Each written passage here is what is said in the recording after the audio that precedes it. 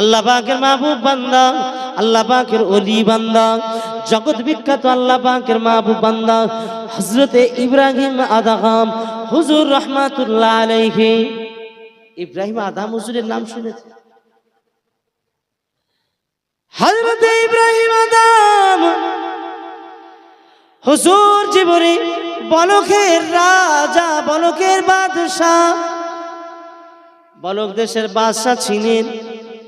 অর্থ সম্পদ একটা বাদশার যতটা না প্রয়োজন হয় সব আল্লাহ পাক দান করেছিলেন।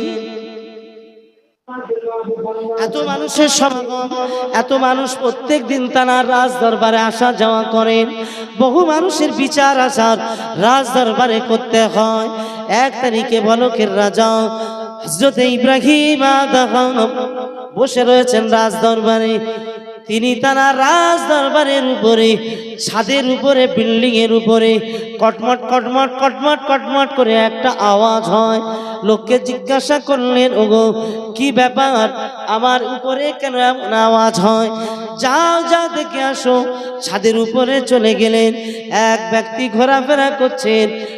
সে ঘোরাফেরা করে। কেন ঘোরাফেরা করো? তাকে জিজ্ঞাসা করা হলো, বাবা তুমি এখানে কেন, ছাদের উপরে কেন ঘুরছো? ওই সময় জবাব দিয়ে দিয়েছে, কেন, কি জানতে চাও? না কেন ঘুরছেন বলেন। ওই সময় জবাব দিয়ে দিলেন, অচেনা মানুষটাও মুসাফির মানুষ দেখে মনে হয় তার তো কখনো কেউ কোনো দিন দেখে নাই। ওই মানুষটা জবাব দিয়ে দিলেন, ভাই আমি অনেক দূর থেকে এসেছি, আমার একটা উট হারিয়ে গেছে, আমার উটটা ছাদের উপরে আমি খোঁজাখুঁজি করছি। কি হারিয়েছে? উট। বলে উট তাহলে ছাদে উঠেছে? বলে হ্যাঁ ছাদে খুঁজছি আমি। বলে উট ছাদে ওঠে? তোমার হচ্ছে, দাঁড়াও রাজার কাছে গিয়ে বলছি। উট কিভাবে ছাদে উঠবে? তার মানে এর কোনো আলাদা কোনো চিন্তা ভাবনা আছে, না হলে এমন হবে কেন? পাগল টাগল হতে পারে। রাজার কাছে গিয়ে বললে, ধরে আনো ওকে। পলকের বাদশাহ হযরত ইব্রাহিম আদম হুজুর আমার তাকে সামনে নিয়ে জিজ্ঞাসা করলেন, বাবা কি মনে করে তুমি ছাদের উপরে উঠেছো? বলো কে তুমি? এত বড় দুঃসাহস আমার ছাদের উপরে উঠে উচ খোঁটো, উট তুমি খুঁজছো, কি ব্যাপার বলো? উট কি এখানে উঠে? আল্লাহর ওই বান্দা হযরত ইব্রাহিম আদমের দিকে লক্ষ্য করে বলেন, ও বলকের রাজা, বলকের বাদশাহ, আপনি কি মনে করেন উট কি উঠতে পারেন না? অবশ্যই আল্লাহ চাইলে উট তো এখানে উঠতে পারেন, সেজন্য আমি খুঁজতে এসেছি। আমি উট খুঁজছি এখানে, আল্লাহ চাইলে এখানে উঠতে পারেন। বাদশাহ সময় বলেন, না সম্ভব নয়, আল্লাহ চাইলে তো পারেন, কিন্তু সাধারণত উট এমন তো করে না, উটের দ্বারায় ওটা সম্ভব নয়। তুমি কি মনে করো? তোমার পরিচয় দাও। ওই সময় লোকটি বলেছিলেন, ও বলকের রাজা, ও বলকের বাদশাহ, বলুন না, উট যদি ছাদে না উঠে, স্বাভাবিকভাবে এটা যেমন আশা করা যায় না, উট ছাদে উঠে খুঁজছি আমি, এটা যেমন আপনার বিশ্বাস করতে কষ্ট হয়, ঠিক ওই রকম আমি বিশ্বাস করতে কষ্ট পাচ্ছি। রাজ দরবারে বসে বসে কেমন করে রাজ হালতে আল্লাহ পাওয়া যায়? হ্যাঁ, রাজকীয় হালতে আল্লাহ পাওয়া যায়। কিভাবে পাওয়া যায়? ও বলকের রাজা, আমার কথা কিছু মনে নেবেন না।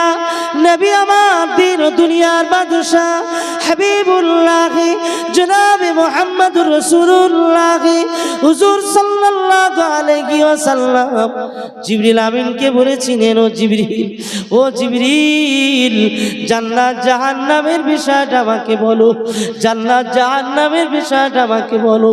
আল্লাহ নবী দরবারে জিবরিল আমিন বলেছিলেন, ইয়া রাসূলুল্লাহ, ইয়া হাবিবাল্লাহ হুজুর জান্নাত তৈরি করেছেন আল্লাহ, জাহান্নাম বানিয়েছেন আল্লাহ। আল্লাহ পাক আমাকে জান্নাত আর জাহান্নাম পরিদর্শনের কথা আল্লাহ পাক আমাকে বলেছিলেন। আমি জিবরিল আমিন আল্লাহ জান্নাত আর জাহান্নাম যখন ঘুরতে ঘুরতে তামাম জান্নাতটা আমি বেরিয়ে বেরিয়ে এলাম, আমি জাহান্নামের চতুর্দিকে ঘুরে ঘুরে এলাম। ইয়া রাসূলুল্লাহ ইয়া হাবিবাল্লাহ, জান্নাত জাহান্নাম ঘুরে ঘুরে আমি দুটো জিনিস উপলব্ধি করতে পারলাম। জাহান্নামের নিকটে আর জান্নাতের নিকটে দুটো জিনিস, অন্য কিছু নয়। হুজিফাতিল জান্নাতু লিল মাকারি ওয়া হুজিফাতিন নারু বিশাহওয়াতি। ইয়া রাসূলুল্লাহ ইয়া হাবিবাল্লাহ, জান্নাতটা যেন আনন্দ, জান্নাতটা যেন কষ্ট, দুঃখ কষ্ট, ক্লেশ দুঃখ কষ্ট, বিপদ আপদ, এই রকম জান্নাতের চতুর্দিকে বেড়া দিয়ে ঘেরা আছে। দুঃখ কষ্ট দিয়ে জান্নাতের বেড়াটা করা আছে। ইয়া রাসূলুল্লাহ ইয়া হাবিবাল্লাহ, জাহান্নামের নিকটে গেলাম। ওয়াজিফাতিন নারু বিশাহওয়াত, আমি জাহান্নামের নিকটে গিয়ে দেখলাম জাহান্নাম আনন্দ উপভোগ দিয়ে চতুর্দিকে সাজানো আছে। জাহান্নামটা ভরা জন্য, জাহান্নামে যাওয়ার জন্য আনন্দ উপভোগ করে জীবনটা যারা অতিবাহিত করবে তাদের জন্য আল্লাহর শাস্তির জায়গা জাহান্নাম। হুজুর বললেন তাহলে জান্নাত কষ্টের জায়গা, জাহান্নাম আনন্দ উপভোগ করে। এই বেড়া যে কষ্টের বেড়া দিয়ে জান্নাত আছে, আর জাহান্নামটা আনন্দ উপভোগের বেড়া। কোনটা নেবে মানুষ, কোনটা নেবে? হযরতে ইব্রাহিম আদম জগৎ বিখ্যাত আল্লাহর ওলি, বলখের বাদশাহ ইব্রাহিম আদম বললেন আমি রাজ দরবারে আমি তোমার পরিচয় জানতে চাই। তিনি বললেন আমি আব্দুল্লাহ, আল্লাহর একজন বান্দা, অনেক দূর থেকে এসেছি। আমি আমার উট খোঁজার জন্যে আমি আপনার ছাদে উঠেছি। যেমন আপনার বিশ্বাস করতে যদি কষ্ট হয়,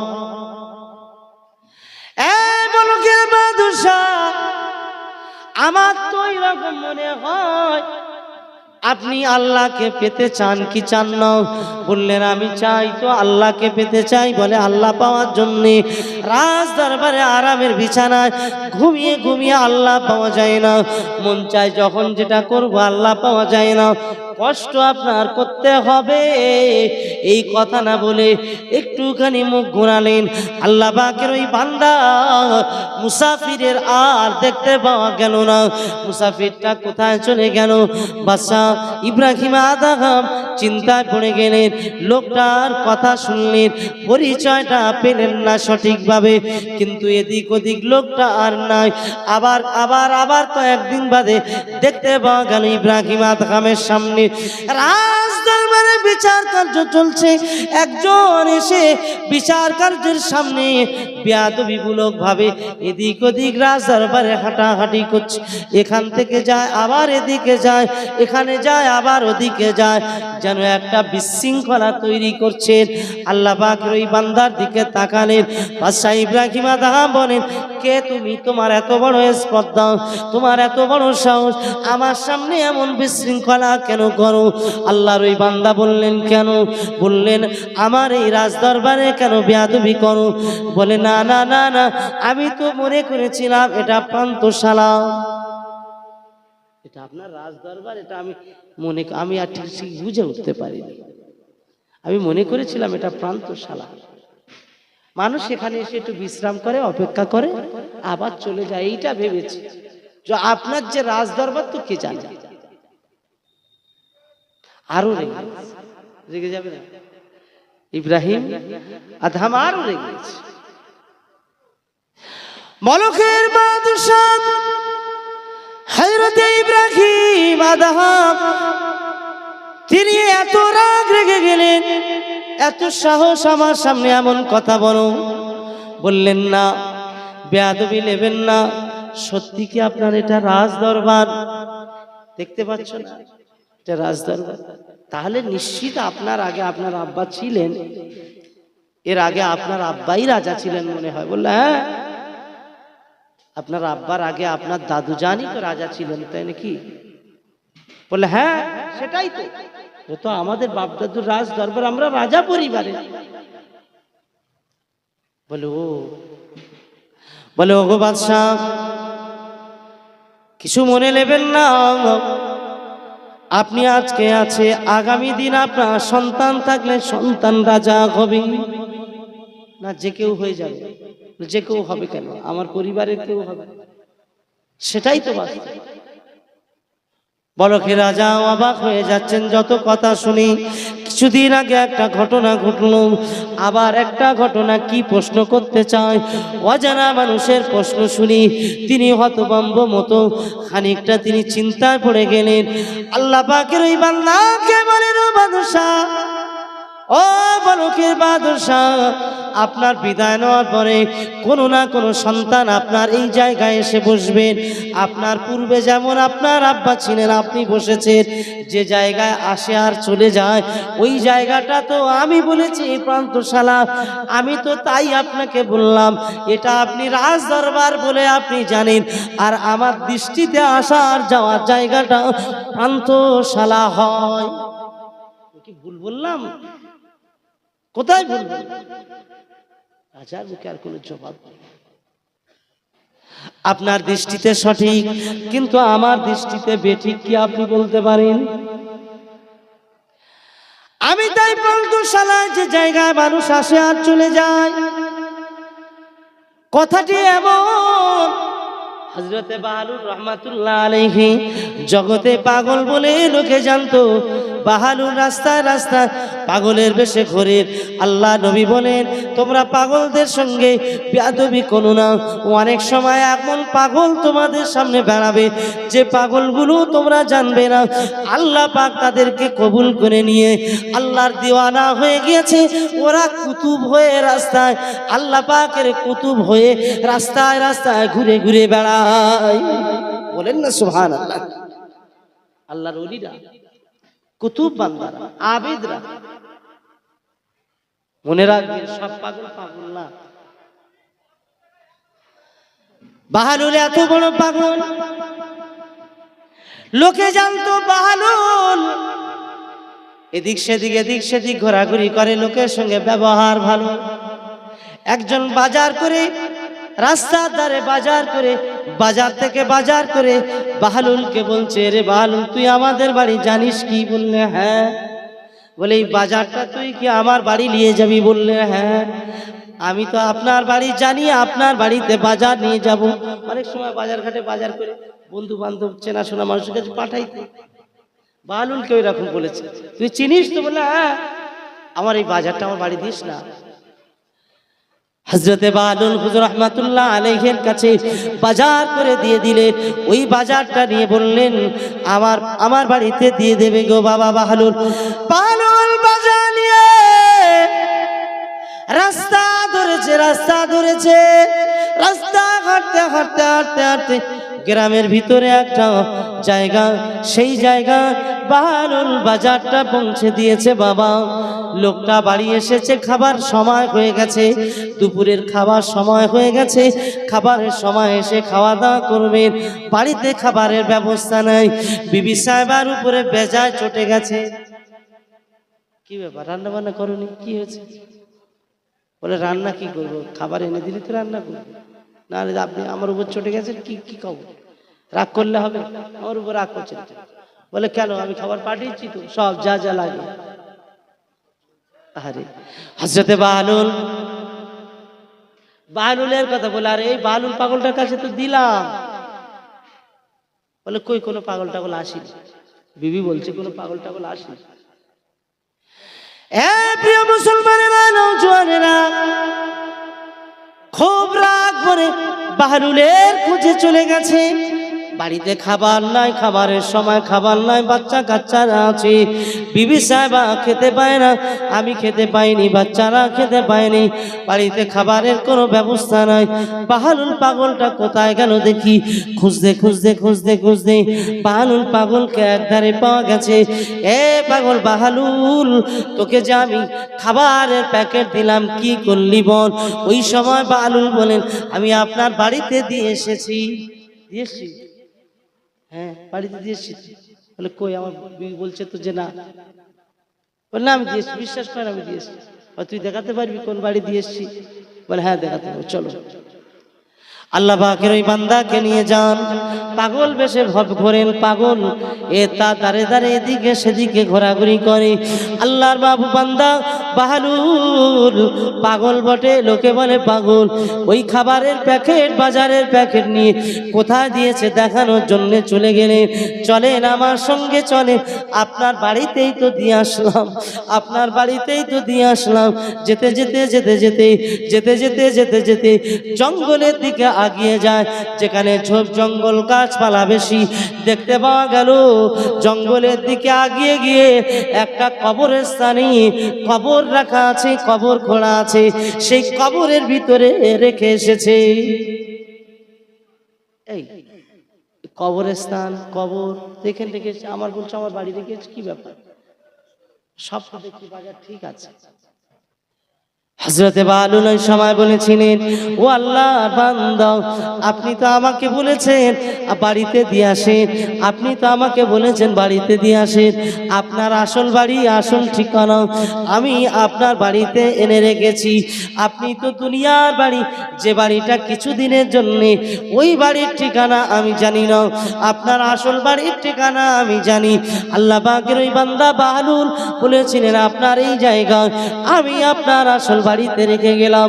কেতাবে লেখা আছে বাহালুল, ওই বক্তব্য বাহালুল যখন যে কবরের স্থানটা নির্ধারণ করে, যে কবরের কাছে ওই খাবারটা, ওই ব্যাগটা, বাজারের ব্যাগ রেখেছিল, দুনিয়ার মানুষগুলো বলে যখন ওই ব্যক্তি মারা গিয়েছিল দেখতে পাওয়া গেল আল্লাহর ওই বান্দা বেশ বহু বছর পরে ইন্তেকাল করার পরে বাহালুল যে জায়গা দেখিয়েছিল ওই জায়গা তার কবরস্থ হয়েছে।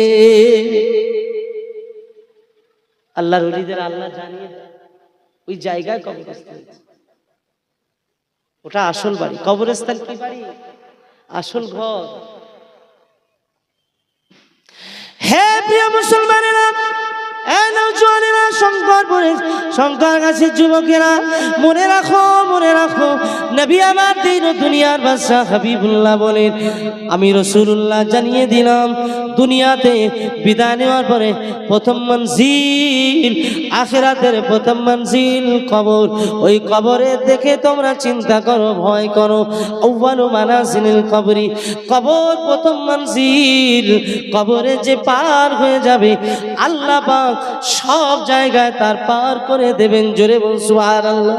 হযরত ইব্রাহিম আদম জগৎ বিখ্যাত আল্লাহ পাকের ওলি বান্দা, রাজ দরবার থেকে যখন এই কথাবার্তা হয়ে গেল, ওই প্রতীক মানুষটা সেখান থেকে বিদায় নিয়ে চলে গেলেন।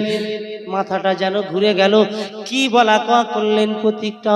সে বলল এটা মেহমানখানা, সে বলল এটা তো পান্থশালা। এই পান্থশালা রাস্তা গাড়ি ধরার জন্য যেমন মানুষ অপেক্ষা করে, রাস্তার ধারে ধারে বিভিন্ন জায়গায় আমরা দেখেছি ওয়েটিং করার জন্য, ওয়েট করার জন্য আমাদের জন্য সরকারি পক্ষ থেকে ঘর বানানো আছে। ঠিক এই রকম দুনিয়ার জমিনে এটা তো একটা পান্থশালার মতো। তাই ও যে আমাকে বলে গেল, ওই যে অচেনা মানুষ কি বলল কেন? রাতের অন্ধকারে ইব্রাহিম আদমের ঘুম আসে না, জীবনের চেতনা ফিরে গেছে, চেতনা ফিরে গেছে, ঘুম আর আসে না। হযরত ইব্রাহিম আদম, হুজুর আমার ঘুমাতে পারেন না, বলক দেশের বাদশাহ গভীর রাতে কখন কখন তার মনটা চাইল আর আমি রাজত্ব আর চালাবো না, আর আমি দেশে থাকবো না, আর আমি আমার বাড়িতে থাকবো না, সব ছেড়ে দিয়ে আমি চলে যাব।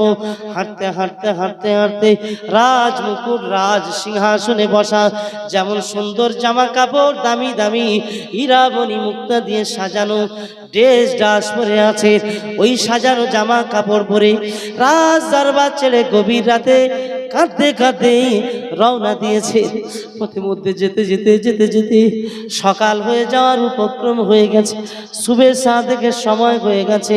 হাঁটতে হাঁটতে একটা জঙ্গলের কিনারায় চলে গেলেন। হযরত ইব্রাহিম আদম জগৎ বিখ্যাত আল্লাহ পাকের ওলি, মস্ত বড় ওলি বান্দা, তিনি রাজ দরবারের রাজা। রাজত্ব ছেড়ে দেও আর নিয়ত করে জঙ্গলের নিকটে চলে গেছে। সকাল হয়ে গেছে, পাড়ার ছেলেরা রাখালেরা গরু ছাগল নিয়ে বকরি নিয়ে যে যার মতো খাওয়াতে আসে। এদিক ওদিক তাদের বকরিগুলো খাওয়াতে আসে।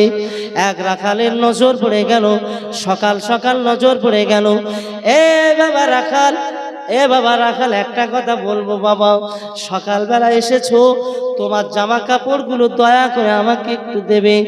আমার গায়ের এটা দামি জামা অনেক, তোমাকে দেব, তুমি তোমার জামা কাপড়গুলো আমাকে দাও।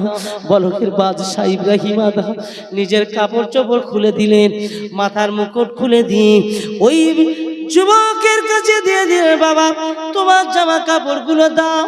জামা কাপড়গুলো নিয়ে নিলেন, নিজের কাপড় চোপড় খুলে দিলেন। বলকের বাদশা বললেন, ও বাবা ছেলে, একটা আশা আমার কি পূরণ করবে? একটা আশা কি আমার পূরণ করবে? তুমি যে ছাগল চড়াও তোমার কষ্ট হয়, তুমি যে মেষ চড়াও কষ্ট হয়, তোমার লাঠিটা আমার হাতে একটু দাও, কাউকে বলবে না। আমি একটু সন্ধ্যা পর্যন্ত তোমার এই ছাগল নিয়ে, তোমার এই বকরির পাল নিয়ে আমি একটু চড়াবো। সন্ধ্যা হয়ে গেলে আবার তোমার কাছে আমি দিয়ে দেব।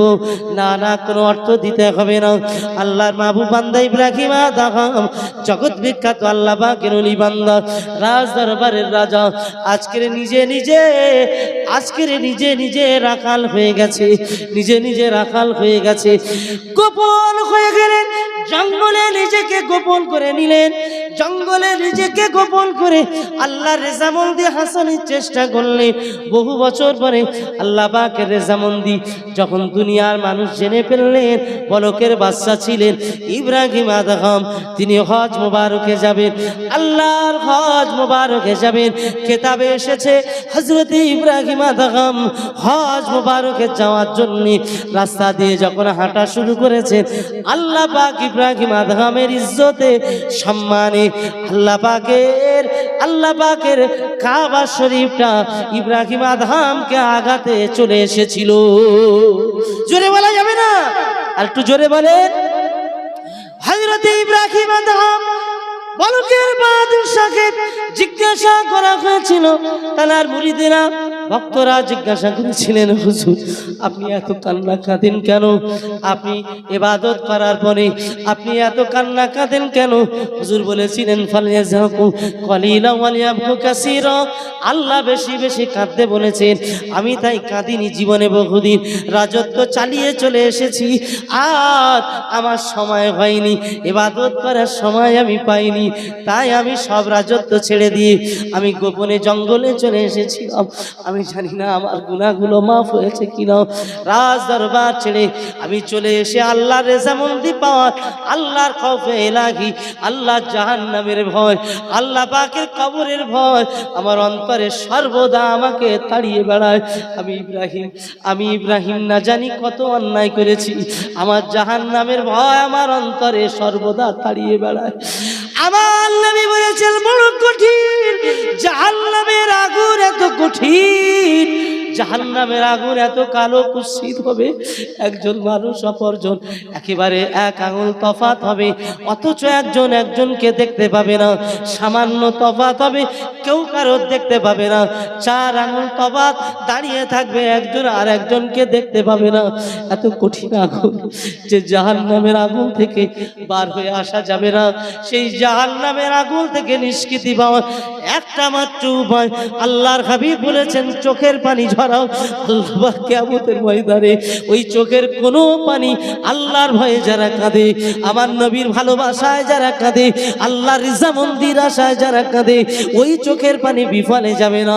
আল্লাহ পাক কিয়ামতের ময়দানে ওই চোখের পানিটা জাহান্নামের আগুনটা নেভানোর জন্য ওই পানি আল্লাহ ব্যবহার করবে। জোরে হবে না? তো জোরে বলা যাবে না?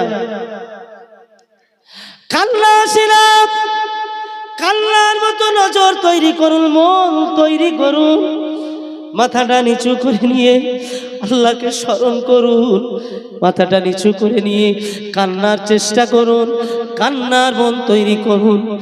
আমার প্রিয় ভাইরা, জওয়ানেরা, যুবকেরা, জানেন না হযরতে বেলাল আমাদের মতো যুবক ছিলেন। হযরতে বেলাল আপনার মতো যুবক ছিলেন। আমার নবী সাহাবী হযরতে বেলাল হুজুরের নিজের জীবনে ঈমান বাঁচানোর জন্য কত না কষ্ট করেছিলেন। আমার রাসূলুল্লাহর সাহাবীরা জীবন উৎসর্গ করে দিয়েছেন। আপনার জীবন উৎসর্গ নয়, একটু আল্লাহর জন্য কাঁদতে পারলেন না, নিজের জীবনের জন্য আল্লাহর ভয়ে কাঁদুন। হযরত ইব্রাহিম আদম উত্তর দিয়েছিলেন, ও আমার মুরিদেরা, ও আমার মুরিদেরা, তাই আমি কাঁদি, আমি আল্লাহর ভয়ে কাঁদি। হযরত ইব্রাহিম আদমের একটা স্বভাব ছিল, হুজুরের একটা স্বভাব ছিল, হুজুর যখন আল্লাহর কাছে দোয়া চাইতেন, দোয়া শেষ হওয়ার পরে ইবাদত করে, নামাজ আদায় করে, ফরজ ইবাদত করে যখন ফরজ ইবাদত করে যখন দোয়া চাইতেন, নামাজ শেষ করে দোয়া চাইতেন, মুখেতে হাত ধরে রাখতেন। মুরিদেরা জিজ্ঞাসা করেছিলেন, ও বলকের বাদশাহ ইব্রাহিম আদম, আপনি এমন করে হাতটা চেপে রাখেন কেন? হুজুর ওই সময় বলেছিলেন, আমি এই জন্য চেপে রাখি, আল্লাহর হাবিব বলেছেন, তুমি ইবাদত করার পরে তোমার ইবাদত আল্লাহর আসমানের দিকে নিয়ে যাওয়া হয়, যে ইবাদত কবুল না হয়, আল্লাহর ফেরেশতারা ওই ইবাদত নিয়ে, ওই নামাজ নিয়ে ঘুরিয়ে তার মুখে মেরে দিয়ে চলে যায়, বেইজ্জতি করে দিয়ে চলে যায়। জানি না আমার ইবাদত কবুল হয়েছে কিনা, যাতে না মারতে পারে সেজন্যে আমি মুখে আঙুল হাত দিয়ে বসে থাকি। একবার বলেন না সুবহানাল্লাহ। কতটা ভয়, কতটা ভয়। আল্লাহ আমাদেরকে এরকম মানুষ বানিয়ে দিন। কথা তো অনেক, কথা অনেক আছে, তারপরেও আমি অনেকটা সময় আপনাদের মাঝে সময় দিলাম। মাশাআল্লাহ, জি আলহামদুলিল্লাহ। সে 10:30টা 11:15 নাগাদ উঠেছি, সেখান থেকে নিয়ে আলোচনা চলছে। মাঝখানে আবার জানাজা হলো, আলহামদুলিল্লাহ। আজান হবে, নামাজ হবে, তারপর আচ্ছা আলহামদুলিল্লাহ এখানে খাওয়ার ব্যবস্থা আছে, আলহামদুলিল্লাহ। যার কান বাড়িতে জানাজার পরে বলছি, যাই হোক আলহামদুলিল্লাহ। আমরা এখন নামাজ পড়বো, নামাজের পরে আমার বন্ধু ভাই জনাব হযরত মাওলানা মুফতি ইসমাইল সাহেব বড় প্রতিষ্ঠান চালায়, জানেন তো আপনারা? হ্যাঁ, আয়েশা সিদ্দিকা বালিকা মাদ্রাসা, সেই প্রতিষ্ঠানের হ্যাঁ মসজিদে আছে, আপনাদের গ্রামে, আপনাদের কাছের, আপনাদের ভালোবাসার মানুষ ওখানেই থাকেন, দেখাশোনা করেন প্রতিষ্ঠানটা মুফতি সাহেব। আল্লাহ শুকরিয়া, আমি সেই প্রতিষ্ঠানের জন্য বলে গেলাম, আপনারা দেখবেন, আশেপাশে যে মাদ্রাসাগুলো আছে সেগুলোও দেখবেন। আর আমার এলাকায়, আমার বাড়িতে দাওয়াত করছি, ওখানে আমি একটা মাদ্রাসা চালাই। আমার মাদ্রাসা আগামী 5ই ফাল্গুন ইসালে সব সকাল থেকে 8টা থেকে শুরু হবে। আপনাদের সকলকে দাওয়াত করছি, আসবেন, ঘুরে আসবেন ইনশাআল্লাহ। আলহামদুলিল্লাহ, একেবারে ক্যানিং ব্রিজের পাশেই মাদ্রাসা নিজামিয়া। সকলে দাওয়াত কবুল করছেন তো ইনশাআল্লাহ? আল্লাহ যদি নিয়ে যায়, যাবেন তো? আলহামদুলিল্লাহ। আমার আলোচনায় কেউ কষ্ট পেয়েছেন নাকি? আল্লাহ পাক যেন আমার দাদা হুজুরের সিলসিলা খাদেম হিসাবে আমাদেরকে কবুল করে নেন। জোরে বলুন আল্লাহুম্মা আমিন। ওয়া মা তৌফিক ইল্লা বিল্লাহ। আসসালামু আলাইকুম।